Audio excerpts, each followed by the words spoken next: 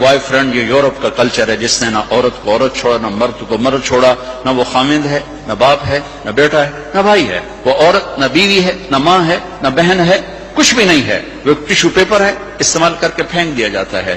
دونوں کے رشتے بے غیرتی نے مٹا دیے، دیمک کی طرح چاٹ لیا ہے یورپ کے معاشرے کو۔ اسپین میں تھا تو ان کا جو انسپیکٹر جنرل پولیس اور پولیس کے بڑے افسر مجھ سے آئے ملنے کے لیے، تو میں نے تھوڑی ان سے بات کی، پھر میں نے کہا میں دو باتیں آپ کو کہہ کے جا رہا ہوں جو آپ کے فائدے کی ہیں۔ ایک، میں دیکھ رہا ہوں آپ کا فیملی سسٹم ٹوٹ چکا ہے، اس سے آپ کی نسل تباہ ہو جائے گی۔ دوسرا، میں دیکھ رہا ہوں آپ کے پارکس میں گیا ہوں اور شہر بازار میں پھر ہوں، آپ کے بچے نظر نہیں آ رہے، یا جوان ہیں یا بوڑھے ہیں، آپ کا جنریشن گیپ آ رہا ہے۔ وہ ایسے سر پکڑ کے بیٹھ گئے، کہنے کہ تم نے ہمارے وہ دو مسئلوں پر ہٹ کیا ہے جو ہمارا سب سے بڑا سر درد اس وقت بنے ہوئے ہیں۔ ہماری نسل ختم ہو رہی، ہمارا فیملی سسٹم ختم ہو چکا ہے، ہماری ایک حد ہے، ہماری نظر بھی نیچے ہوتی ہے اور ہم حیا کی چادر سے باہر نہیں نکلتے۔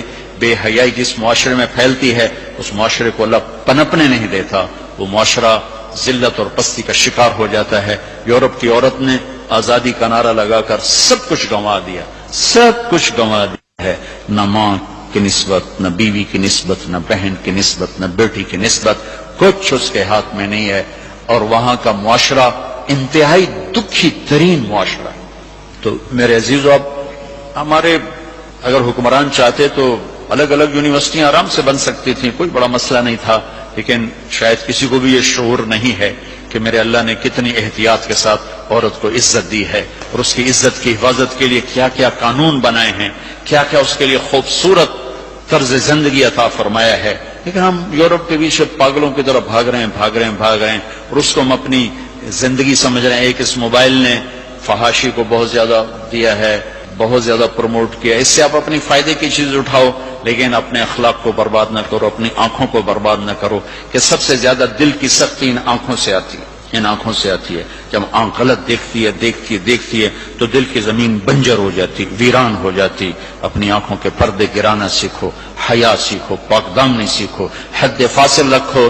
اللہ تعالیٰ نے ہم خود تراشتے ہیں منازل کے سنگ میل، ہم وہ نہیں ہیں جن کو زمانہ بنا گیا۔ ہماری تہذیب ہے، ہماری ثقافت ہے، ہمارا بیٹی کا مقام ہے، بیوی کا مقام ہے، بہن کا مقام ہے، ماں کا ایک مقام ہے، ہمارے ہاں رشتوں کی قدر ہے۔ اس قدر کو میرے اللہ نے ہمارے دل میں بٹھایا۔ قرآن نے سینکڑوں آیات اتاری ہیں ماں کے، بیٹی کے، بہن کے رشتوں کو باقی رکھنے کے لیے، میرے نبی نے کھول کھول کے بتایا ہے۔ تو میرے عزیزو، وہ بیریئر کراس نہ کرو، ورنہ حسرت کے سوا کچھ نہیں ملے گا، ہلاکت اور تباہی اور بربادی کے سوا کچھ نہیں ملے گا، وہاں کانٹوں کے سوا کچھ نہیں ہے۔ میرے نبی کی خوبصورت زندگی میں سارے پھول کھلے ہوئے ہیں اور اس سے باہر کانٹے ہی کانٹے ہیں۔ جو جائے گا دامن بھی تار تار کرے گا اور اپنے آپ کو بھی لہو لہان کرے گا، اور حسرتوں کی موت مر کر مٹی کی چادر اوڑھ کر ایسا بے نام و نشان ہوگا کہ کوئی نہ فاتحہ پڑھنے والا ہوگا، نہ کوئی دعا کرنے والا ہوگا۔